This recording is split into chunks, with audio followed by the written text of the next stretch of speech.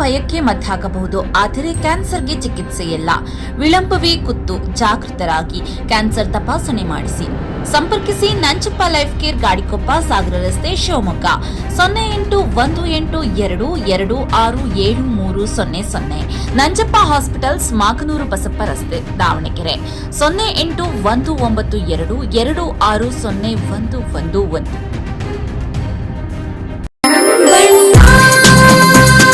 ಸರ್ಫಾ quotes, ಸರ್ಫಾ quotes,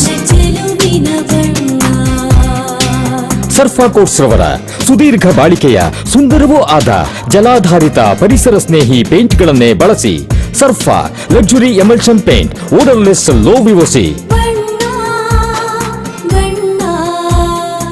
good for health, good for earth. Sarfa coats. ಇತಿಹಾಸ ಪ್ರಸಿದ್ಧ ಶಿವಮೊಗ್ಗದ ಕೋಟೆ ಶ್ರೀ ಮಾರಿಕಾಂಬಾ ಜಾತ್ರೆಗೆ ಇಂದು ಸಾರು ಹಾಕಲಾಯಿತು. ಶಿವಮೊಗ್ಗ ನಗರದಲ್ಲಿರುವ ಕೋಟೆ ಶ್ರೀ ಮಾರಿಕಾಂಬಾ ದೇವಸ್ಥಾನದಲ್ಲಿ ಸಮಿತಿಯ ಅಧ್ಯಕ್ಷ ಎಸ್.ಕೆ. ಮರಿಯಪ್ಪ ಮತ್ತು ಕಾರ್ಯದರ್ಶಿ ಎನ್. ಮಂಜುನಾಥ್ ಅವರ ನೇತೃತ್ವದಲ್ಲಿ ವಿಶೇಷ ಪೂಜೆಯನ್ನು ಸಲ್ಲಿಸಲಾಯಿತು.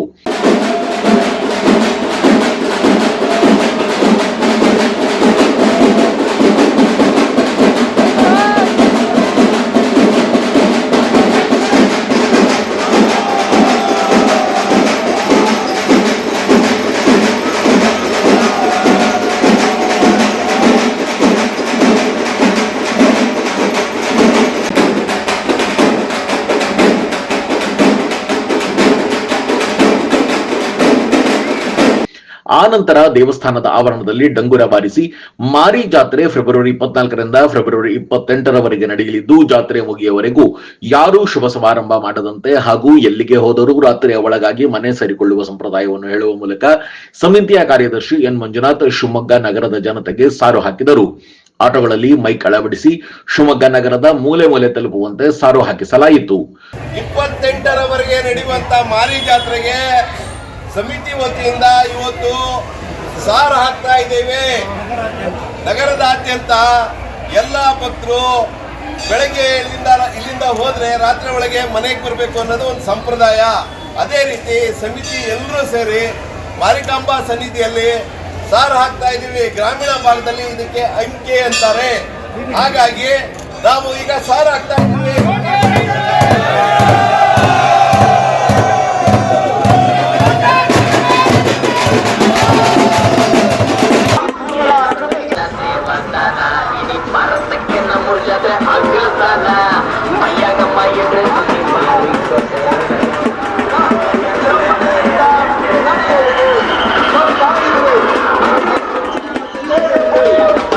ಕೋಟೆ ಶ್ರೀ ಮಾರಿಕಾಂಬಾ ದೇವಸ್ಥಾನದ ಸಮಿತಿ ಅಧ್ಯಕ್ಷ ಎಸ್.ಕೆ. ಮರಿಯಪ್ಪ ಮಾಧ್ಯಮಗಳಿಗೆ ಪ್ರತಿಕ್ರಿಯೆ ನೀಡಿ, ಈ ಬಾರಿ ಮಾರಿಕಾಂಬಾ ಜಾತ್ರೆಯ ಸಾರು ಹಾಕಲಾಗಿದೆ. ಈ ಹಿಂದೆ ಜಾತ್ರೆಯ ಮೊದಲು 15 ದಿನ ಸಾರು ಹಾಕುತ್ತಿದ್ದವು. ಈಗ 1 ವಾರದ ಮೊದಲು ಸಾರು ಹಾಕಲಾಗಿದೆ. ಸಂಪ್ರದಾಯದ ಪ್ರಕಾರ ಜಾತ್ರೆ ಮುಗಿಯುವವರೆಗೆ ಯಾವುದೇ ಶುಭ ಸಮಾರಂಭ ಮಾಡುವಂತಿಲ್ಲ ಎಂದರು. ಭಕ್ತರು ನೀಡಿದ ಕಾಣಿಕೆಗಳಿಂದ ಈ ಬಾರಿ ಅಮ್ಮನವರಿಗೆ 1 ಕೆಜಿ 600 ಗ್ರಾಂ ತೂಕದ ಚಿನ್ನದ ಮುಖ ಮತ್ತು 16 ಕೆಜಿ ತೂಕದ ಬೆಳ್ಳಿಯ ಬಾಗಿಲನ್ನು ಮಾಡಿಸಲಾಗಿದೆ.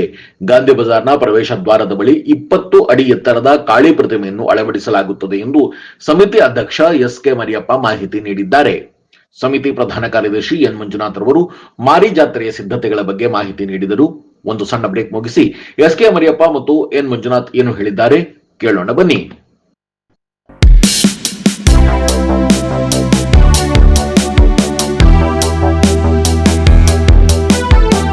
Looking for a little joy in every bite? Dairy Fresh Ice Creams brings you 50+ natural flavors with no added colors and the real taste of fresh fruits. Made with goodness from the Malenadu region. Dairy Fresh Ice Creams, a little joy for all. Shivamogga ಕೋಟೆ ಮಾರಿಕಾಂಬಾ ಜಾತ್ರೆ ಪ್ರಯುಕ್ತ ಈಗಾಗಲೇ ನಾವು ಸಾರನ್ನು ಹಾಕಿದ್ದೀವಿ. ಇವತ್ತಿನಿಂದ ಶುಭ ಸಮಾರಂಭಗಳನ್ನ ಯಾವುದನ್ನು ನಮ್ಮ ಶಿವಮೊಗ್ಗ ನಗರದಲ್ಲಿ ನಡೆಯೋದಿಲ್ಲ. ನಾವು ಅದ್ರ ಜೊತೆಯಲ್ಲಿ ಯಶಸ್ವಿಯಾಗಿ ನಡೀಲಿಕ್ಕೆ ನಿಮ್ಮಗಳ ಸಹಕಾರ ಮತ್ತು ಶಿವಮೊಗ್ಗ ನಗರದ ಜನತೆಯ ಸಹಕಾರ ಅತಿ ಮುಖ್ಯವಾಗಿದೆ. ಹಾಗಾಗಿ ಯಶಸ್ವಿಯಾಗಿ ನಡೆಯುತ್ತೆ ಅನ್ನೋ ಭರವಸೆ ಅಮ್ಮ ನಮ್ಮ ಮೇಲೆ ಭರವಸೆ ಇಟ್ಟಿದ್ದಾರೆ. ಆ ಜಾತ್ರೆ ಯಶಸ್ವಿಯಾಗಿ ನಡೆಯುತ್ತೆ. ಕುಸ್ತಿ ಪಂದ್ಯಾವಳಿ 1 ವಾರ ಬಿಟ್ಟು ಕುಸ್ತಿ ಪಂದ್ಯಾವಳಿ ನಡೆಯುತ್ತೆ ಮಾರ್ಚ್ 6ರಿಂದ. ಮತ್ತು ಸಾಂಸ್ಕೃತಿಕ ಕಾರ್ಯಕ್ರಮ 5 ದಿವಸನೂ ನಮ್ಮ ಶಿವಮೊಗ್ಗದಲ್ಲೇ ಸಾಂಸ್ಕೃತಿಕ ಕಾರ್ಯಕ್ರಮ ನಡೆಯುತ್ತೆ. ಎಲ್ಲ ಶಿವಮೊಗ್ಗ ನಗರದ ಜನತೆಗೆ ಶುಭಾಶಯವನ್ನು ಹೇಳ್ತೀನಿ, ಅಭಿನಂದನೆಗಳನ್ನು ಸಲ್ಲಿಸ್ತೀನಿ. ಯಶಸ್ವಿಯಾಗಿ ನಡೀಲಿಕ್ಕೆ ತಾವುಗಳು ನಗರದ ಜನತೆಯ ನಾಗರಿಕರು, ಅಧಿಕಾರಿ ವರ್ಗದವರು ಎಲ್ಲರೂ ನಮಗೆ ಸಹಕಾರ ಕೊಡ್ತಾರೆ ಅನ್ನೋ ಚಿನ್ನದ್ದು 1 kg 600 ಗ್ರಾಮು ಮುಖವಾಡ ಮಾಡಿಸ್ತಾ ಇದ್ದೀವಿ. ಅದೇ ಒಂದು ವಿಶೇಷ. 16 kgದು ಬೆಳ್ಳಿ 16 kgದು ಬೆಳ್ಳಿ ಡೋರ್ನ ಮಾಡಿಸ್ತಾ ಇದ್ದೀವಿ. ಈ ಸರಿ ವಿಶೇಷವಾಗಿ ನಾವು ನಿಮ್ಮಗಳ ಸಹಕಾರದಿಂದ ನಾವು ಯಾರ ಹತ್ರನೂ ಡೊನೇಷನ್ ಎತ್ತಿಲ್ಲ, ಅದು ನಾವು ಡೊನೇಷನ್ ಎತ್ತೋದು ಇಲ್ಲ. ಅಮ್ಮನ ಕಾಣಿಕೆ ಉಂಡಿಯಲ್ಲೇ ಬರೋವಂಥದ್ರಲ್ಲೇ ನಾವು ಹಬ್ಬಗಳನ್ನ ವಿಜೃಂಭಣೆಯಿಂದ ಮಾಡೋಕ್ಕೆ ನಾವು ಪ್ರಯತ್ನ ಪಡ್ತೀವಿ. ಧನ್ಯವಾದ. ಶೋಪನಾಯಕ ಸ್ಟ್ಯಾಚು ಹತ್ರ ಮಹಾಕಾಳಿದು ಒಂದು ಮಹಾದ್ವಾರ ಮಾಡಿಸ್ತಾ ಇದ್ದೀವಿ ಬರೀ, ಅದು ಒಂದು ವಿಶೇಷ. ಈ ಸರಿ ಟೆಂಟ್ನ ಜರ್ಮನ್ ಟೆಂಟ್ನೇ ಹಾಕಬೇಕು ಅಂತೇಳಿ ಜರ್ಮನ್ ಟೆಂಟನ್ನು ಹಾಕ್ತಾ ಇದ್ದೀವಿ. ಈ ರೀತಿ ಎಲ್ಲ ಇದರಲ್ಲೂ ಈ ಸರಿ ವಿಶೇಷವಾಗಿ ನಡೆಯುವಂಥ ಕಾರ್ಯಗಳು ನಡೀತವೆ ಅನ್ನೋ ಮಾತನ್ನು ಈ ಸಂದರ್ಭದಲ್ಲಿ ಹೇಳ್ತೀನಿ. ಗಾಂಧಿ ಬಜಾರ್ನ ತವರು ಮನೆಯಲ್ಲಿ ಮಾರಿಕಾಂಬೆಯನ್ನು ಪ್ರತಿಷ್ಠಾಪನೆ ಮಾಡ್ತೀವಿ. ಅದರ ನಂತರ 4 ದಿನಗಳ ಕಾಲ ಗದ್ಗೆಯಲ್ಲಿ ಅಮ್ಮ ಇಲ್ಲಿ ಪ್ರತಿಷ್ಠಾಪನೆಗೊಂಡು ಭಕ್ತಾದಿಗಳಿಂದ ಪೂಜಿಸಲ್ಪಡ್ತಾರೆ. ಈ ಬಾರಿ 10 ಲಕ್ಷಕ್ಕೂ ಹೆಚ್ಚು ಜನ ಈ ಜಾತ್ರೆಯಲ್ಲಿ ಪಾಲ್ಗೊಳ್ಳೋ ಸಾಧ್ಯತೆ ಇರೋದ್ರಿಂದ ಸಮಿತಿಯವರು ವಿಶೇಷವಾದಂಥ ಎಲ್ಲ ಮುಂಜಾಗ್ರತೆಯನ್ನು ಸಹ ನಾವು ಕೈಗೊಂಡಿದ್ದೀವಿ. ಕುಡಿಯೋ ನೀರಿರ್ಬೋದು, ಹಾಗೆಯೇ ಅಲ್ಲಲ್ಲೇ ಶೌಚಾಲಯಗಳಿರ್ಬೋದು, ಹಾಗೆ ಸ್ವಚ್ಛತೆ ಇರ್ಬೋದು, ಈ ಥರಕ್ಕೆ ಹೆಚ್ಚು ಒತ್ತನ್ನು ಕೊಟ್ಟು ನಗರಸಭೆ ಆಯುಕ್ತರು ಈಗಾಗಲೇ 3 ಮೀಟಿಂಗ್ ಮಾಡಿದ್ದಾರೆ. ಹಾಗೆ ಜಾತ್ರೆ ಸಂದರ್ಭದಲ್ಲಿ ಎಲ್ಲೂ ಕರೆಂಟು ಹೋಗಬಾರ್ದು ಅನ್ನೋ ದೃಷ್ಟಿಯಿಂದ KEBA ಅಧಿಕಾರಿಗಳನ್ನು, ಇವತ್ತು ಪೊಲೀಸ್ ಅಧಿಕಾರಿಗಳ ಜೊತೆಗೂ ಸಹ ಚರ್ಚೆ ಮಾಡ್ತೀವಿ. ವಾಹನಗಳು ಎಲ್ಲೂ ದೇವಸ್ಥಾನ ಸುತ್ತಮುತ್ತ ಓಡಾಡೋಕ್ಕೆ ಸಾಧ್ಯತೆ ಇಲ್ಲ. ಪಾರ್ಕಿಂಗು ಬೇರೆ ಬೇರೆ ಕಡೆಗೆ ಎಲ್ಲೆಲ್ಲಿ ಮಾಡಬೇಕು ಅಂತೇಳಿ ಈಗಾಗಲೇ ಪೊಲೀಸ್ ಇಲಾಖೆಯವರು ಗುರುತಿಸಿದ್ದಾರೆ. ಅಲ್ಲಿ ವಾಹನ ವ್ಯವಸ್ಥೆಗಳಿರುತ್ತೆ. ಗಾಂಧಿ ಬಜಾರ್ನಲ್ಲಿ ವಿಶೇಷವಾಗಿ ಎಲ್ಲರದ್ದು ಒತ್ತಾಯ ಇದೆ, ಸಾರ್ವಜನಿಕರದ್ದು ಹಾಗೆ ಮಾಧ್ಯಮದವ್ರದ್ದು ಸಹ.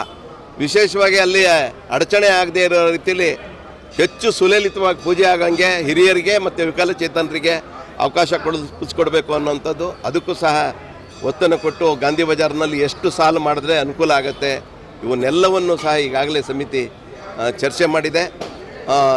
ವಿಶೇಷವಾಗಿ ಇಲ್ಲೂ ಸಹ 4 ದಿನ ಗದ್ಗೆಯಲ್ಲಿ ಇರುತ್ತೆ. ಹಾಗೆ ನಿಮ್ಗೆಲ್ರಿಗೂ ಹೇಳಬೇಕು, ದೇವಸ್ಥಾನದ ಆವರಣದಲ್ಲಿ ಎಲ್ಲೂ ಸಹ ಬಲಿಪೂಜೆ ಇರಲ್ಲ. ತುಂಬ ಜನ ಏನಾಗಿದೆ ಅಂದರೆ ಗದ್ಗೆ ಅಂದರೆ ಅಲ್ಲಿ ಇಲ್ಲಿ ಬಲಿ ಕೊಡ್ತಾರೆ ಅಂತೇಳಿ, ಈ ಆವರಣದ ಒಳಗಡೆಗೆ ಯಾವುದೇ ಬಲಿಪೂಜೆ ಇರಲ್ಲ. ಹಾಗೆ ಗಾಂಧಿ ಬಜಾರು ಇಲ್ಲಿ ವಿಶೇಷವಾಗಿ ತೀರ್ಥ ಪ್ರಸಾದದ ಪ್ಯಾಕೆಟ್ಗಳನ್ನು ಮಾಡಿದ್ದೀವಿ. ಅವರವರು ಈ ಕುರಿ ಕಡಿಯೋಂಥವ್ರು ಆ ತೀರ್ಥ ಪ್ರಸಾದವನ್ನು ನಾವು ಬೇರೆ ಬೇರೆ ಕೌಂಟ್ರಲ್ಲಿ ಮಾಡಿದ್ದೀವಿ, ಅಲ್ಲೇ ತಗೊಂಡು ಹೋಗ್ಬೋದು. ಏಕೆಂದರೆ ನಾವು ಈಗಾಗಲೇ ದೇವ್ರ ಮುಂದಿಟ್ಟು ಅದನ್ನು ಶಾಸ್ತ್ರೋಕ್ತವಾಗಿ ಪೂಜೆ ಸಲ್ಲಿಸಿ ಎಲ್ಲ ಪ್ಯಾಕಿಂಗ್ ಆಗ್ತಿದೆ.